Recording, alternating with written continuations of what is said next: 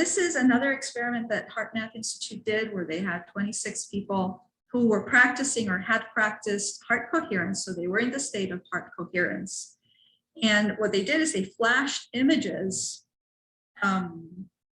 They had 45 pictures. They flashed these images for 3 seconds, and then there were 10 seconds of a blank screen.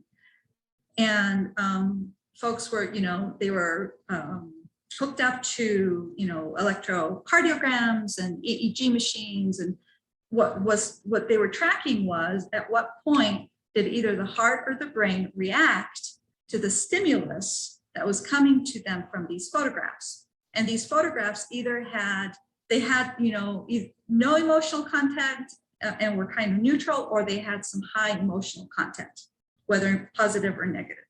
But what was being tracked is at what point does the brain or the heart react to the image.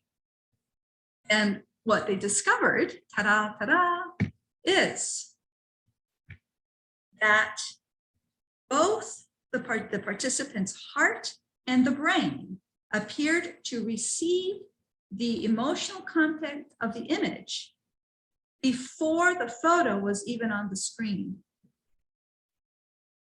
So the heart and the brain were reacting about 4.8 seconds before the computer had even selected the next image.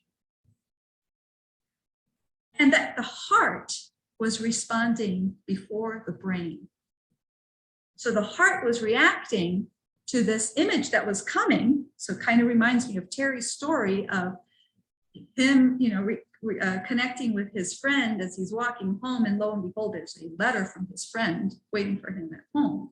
So somehow our heart is able to detect the emotional content of something that's coming up, and our brains are able to do that as well. And that the heart is receiving this information first. So these images were just randomly selected. The computer was just randomly selecting images, putting them up on this screen every 10 seconds. The image was on the screen for 3 seconds. And the heart and the brain would begin to respond to the next image before that image was up on the screen. So pretty amazing stuff.